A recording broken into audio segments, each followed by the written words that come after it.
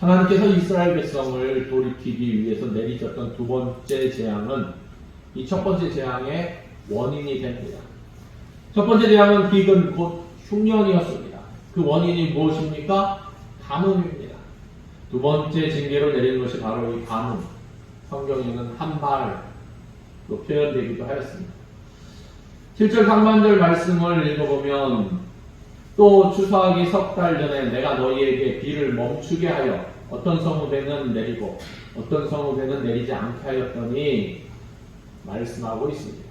우선 여기에 보니까 비를 내리게 하기도 하고 비를 멈추게도 하여 이렇게 행하는 주어가 무엇으로 표시되어 있습니까? 내가 라고 말씀하고 있습니다. 여기서 내가가 누구겠습니까? 당연히 여호와 하나님이십니다. 다시 말해서 비가 오고 안 오고 하는 것이 우연히 기상학적인 현상이 아니라 자연적인 현상이 아니라 하나님의 통자에 있음을 밝히 보여주시는 말씀입니다. 또 여기 보니까 추수하기 석 달 전에 라고 말씀하십니다. 이스라엘의 주된 곡물은 밀과 보리입니다. 밀과 보리를 추수할 때는 대략 5월에서 6월경입니다. 그러면 추수하기 석 달 전은 언제입니까? 2월에서 3월경입니다. 이때 시기적으로 대단히 중요한 때입니다. 우리가 잠시 이스라엘의 기후에 대해서 생각해 보는 것이 좋겠습니다. 이스라엘은 우리나라와 달라서 여름철에는 비가 거의 전혀 오지 않습니다. 구름 한 점 없는 맑은 날씨가 계속됩니다. 그러다가 겨울철에 들어서면 비가 오기 시작합니다. 겨울철 오기는 대체로 이 3기로 나누어집니다. 그래서 이른비, 또 큰비, 혹은 겨울비, 그리고 늦은비, 성경에는 이렇게 표시되어 있습니다. 물론 어느 때 이렇게 뉴스에서 보니까 예루살렘에서도 날씨가 추워서 그런지 눈발이 휘날리는 장면이 나온 적도 있습니다. 간혹 근래에는 눈도 내리는 것들을 볼 수 있습니다. 이른 비는 10월 초부터 11월 하순에서 걸쳐서 내립니다. 이 비가 해주는 역할은 땅을 부드럽게 해줘서 경작하기 쉽게 만들어준다는 것입니다. 따라서 이른 비가 충분히 내리면 이제 내년에는 풍년이 들겠구나 하면서 이 농사 짓는 이스라엘 사람들은 기대를 합니다. 신명기 11장 14절에 보니까 여호와께서 너희의 땅에 이른 비, 늦은 비를 적당한 때에 내리시리니 너희가 곡식과 포도주와 기름을 얻을 것이요. 또 야고보서 5장 7절에도 그러므로 형제들아 주께서 강림하시기까지 길이 참으라. 보라 농부가 땅에서 나는 귀한 열매를 바라고 길이 참아 이른 비와 늦은 비를 기다리나니 말씀하고 있습니다. 여기 큰 비는 겨울비입니다. 겨울에 내리는 비입니다. 이 큰 비라는 명칭과 마찬가지로 아주 많은 비를 얘기합니다. 12월 중순에서 2월 말에 걸쳐 내리는 비입니다. 상당히 많은 비가 내립니다. 이스라엘 백성이 이 물을 받아서 1년 동안 사용하는 물로 사용하는 것입니다. 그러니까 식수로 사용합니다. 에스라서 10장 9절에 보니까 유다와 베냐민 모든 사람이 3일 내에 예루살렘에 모이니 때는 9째 달 20일이라 무리가 하나님의 성전 앞 광장에 앉아서 이 일과 큰 비 때문에 떨고 있더니 에스라 10장 13절에 그러나 백성이 많고 또 큰 비가 내리는 때니 능히 밖에 서지 못할 것이요 우리가 이 일로 크게 범죄하였은즉 하루 이틀에 할 일이 아니오니. 이 겨울에 내리는 비를 큰 비라고 합니다. 겨울이니까 춥겠죠. 네. 많은 양이 내립니다. 욥기서에서도 욥기서 37장 6절에도 눈을 명하여 땅에 내리라 하시며 적은 비와 큰 비도 내리게 명하시느니라 말씀하고 있습니다. 이 추운 날씨 가운데 이 비가 큰 비, 많은 비가 쏟아져 내리는 것입니다. 또 늦은 비는 3일경에 내리는 비입니다. 공무를 결식하기 때문에 축복의 비로 여겨집니다. 에레미야서 5장 24절을 보면 또 너희 마음으로 우리에게 이른 비와 늦은 비를 때를 따라 주시며 우리를 위하여 추수 기한을 정하시는 우리 하나님 여호와를 경외하자 말하지도 아니하니. 호세아서 6장 3절에도 그러므로 우리가 여호와를 알자 심서 여호와를 알자 그의 나타나심은 새벽빛같이 어김없나니 비와 같이 땅을 적시는 늦은 비와 같이 우리에게 임하시리라 하리라. 또 에레미야서 3장 3절에는 이 늦은 비를 단비라고 부르기도 했습니다. 그래서 그러므로 단비가 그쳤고 늦은 비가 없어졌느니라. 그럴지라도 내가 창녀의 낯을 가졌으므로 수치를 알지 못하느냐. 따라서 오늘 말씀 속에서 말하는 추수하기 석 달 전에 내리는 비는 무슨 비겠습니까? 이른 비겠습니까? 큰 비겠습니까? 늦은 비겠습니까? 늦은 비를 가르칩니다.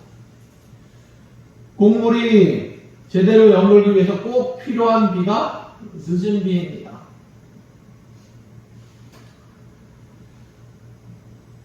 그래서 추수하기 석 달 전이라는 결정적인 시기에 하나님께서 비를 멈추게 하셨다는 것은 참으로 큰 징계가 아닐 수 없는 것입니다. 계속해서 말씀을 보면 어떤 성읍에는 내리고 어떤 성읍에는 내리지 않게 하였더니 또 그 결과가 어떻게 되었습니까? 땅 한 부분은 비를 얻고 한 부분은 비를 얻지 못하여 말랐음에. 그러니까 어느 곳은 비가 내리고 어느 곳은 비가 안 내리고, 요즘에는 기상이변이 심해서 우리가 살고 있는 광교동에는 비가 내리지만 연수동에는 뭐 비가 안 내리고, 또 주안에는 비가 내리지만 또 옆에 간석동에는 비가 안 내리고, 뭐 그런 식입니다. 아주 짧은 지역인데도 비가 내리고 안 내리고, 이스라엘도 그 땅덩어리가 그렇게 크지 않습니다. 그런데 그 안에서도 비가 내리고 안 내리고 이렇게 하시는 것이 하나님의 역사라는 것을 밝히고 계신 것입니다. 이와 같은 현상은 이스라엘 내에서는 참으로 있기 어려운 일입니다.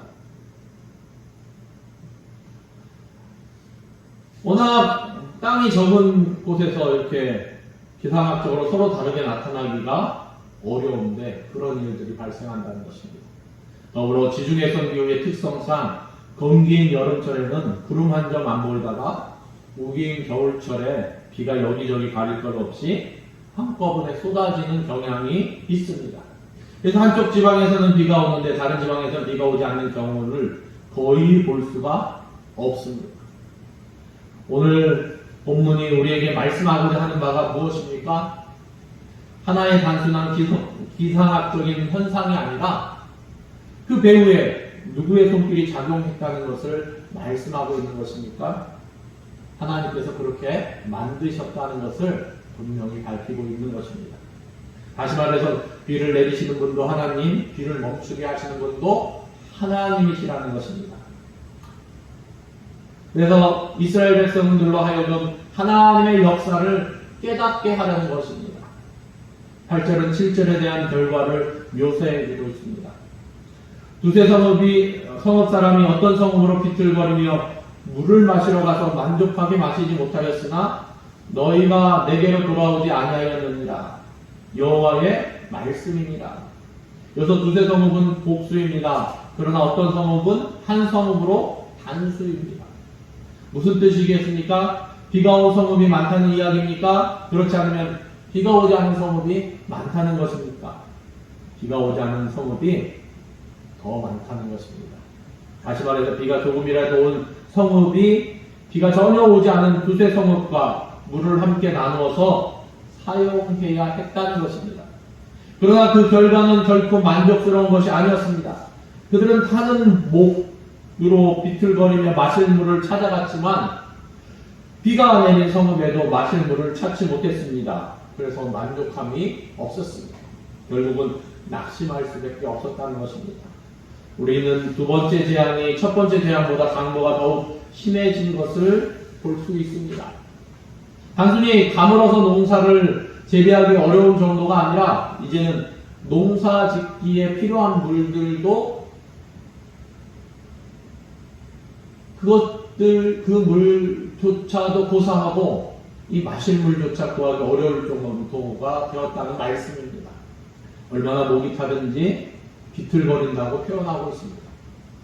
극심한 담음을 생생하게 잘 묘사해주고 있는 말씀입니다. 성경에 보면 대표적인 담음이 언제 있었습니까? 엘리야 때 이 몇 년 동안 가뭄이 계속되었습니까? 3년 동안 우로가 없었다고 성경은 말씀하고 있습니다. 왕상 17장 1절에 보니까 길르앗에 우거하는 자 중에 뒷셋 사람 엘리야가 아합에게 말하되 내가 섬기는 이스라엘 하나님 여호와께서 살아계심을 두고 맹세하노니 내 말이 없으면 수년 동안 우로가 있지 아니하리라 하니라.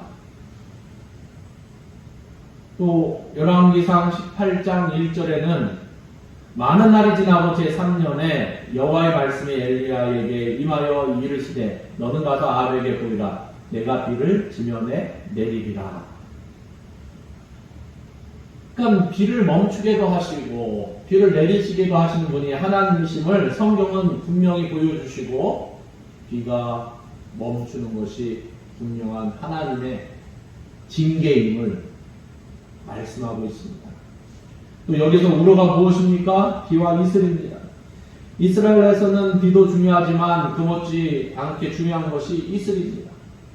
농작물들이 이슬을 받아서 습기를 보충하고 짐승들도 이슬에 젖은 이 목초를 뜯어먹음으로써 가란 목을 축입니다. 하여간 이런 극심한 상황 속에서도 이스라엘은 깨닫지 못했다는 것입니다. 그래서 하나님께서는 또다시 한탄하는 가운데 말씀하고 계십니다. 너희가 내게로 돌아오지 아니하였느니라 여호와의 말씀이니라. 사랑하는 성도 여러분, 행여 우리가 지금 하나님의 뜻에 부합되지 않은 잘못된 길로 들어서 있지는 않습니까? 그곳에서 돌이키고 하나님의 품으로 돌아오기를 기다리고 계시는 하나님의 안타까운 마음을 우리는 읽을 줄 알아야 할 것입니다. 예수님은 산상수훈에서 이렇게 말씀하셨습니다. 만일 내 오른눈이 너를 실족하게 하거든 떼어내버리라. 내 백체 중 하나가 없어지고 온몸이 지옥에 떨어지지 않는 것이 유익하며 또한 만일 내 오른손이 너를 실족하게 하거든 찍어내버리라. 내 백체 중 하나가 없어지고 온몸이 지옥에 떨어지지 않는 것이 유익하니라. 그 말씀을 하시면서 우리가 잘못된 길에서 벗어나도록 원하셨는데 아직도 그대로 가고 있다면 이 시간 하나님의 안타까운 이 마음을 말씀을 통해서 우리가 깨닫고 하나님이 원하시는 의의 길로 바른 길로 돌아설 수 있는 우리가 되어야 할 것입니다. 우리가 사는 사회의 환경이 어렵고 힘든 그러한 모습들이 많이 보입니다. 과연 우리가 이 대한민국 사회가 바른 길로 가고 있는가? 우리가 정치적, 경제적인 그러한 것들을 다 떠나서 영적인 부분 가운데 우리는 살펴봐야 할 것입니다. 그리고 나 자신은 바른 길로 가고 있는가? 하나님이 원하시는 길, 하나님이 기뻐하시는 길로 행하는가? 아니면 반대되는 길로 행하고 있는가? 우리가 온전히 하나님을 기쁘시게 하며 하나님이 원하시는 것을 찾고자 힘쓰며 하나님의 인도하심과 하나님의 다스림 가운데 거할 수 있기를 예수님의 이름으로 축원합니다. 기도하겠습니다. 하나님 감사합니다. 우리 가운데 생명을 허락하시고 또 하나님 앞에 나와 예배드릴 수 있도록 인도하심을 감사합니다. 하나님, 이스라엘 백성에게 내려진 두 번째 재앙에 대해서 우리가 말씀을 나눴습니다. 하나님, 우리가 진실로 이것을 분명하게 깨닫고 우리 자신에게 비추어 볼 수 있기를 원합니다. 하나님의 말씀이 진실로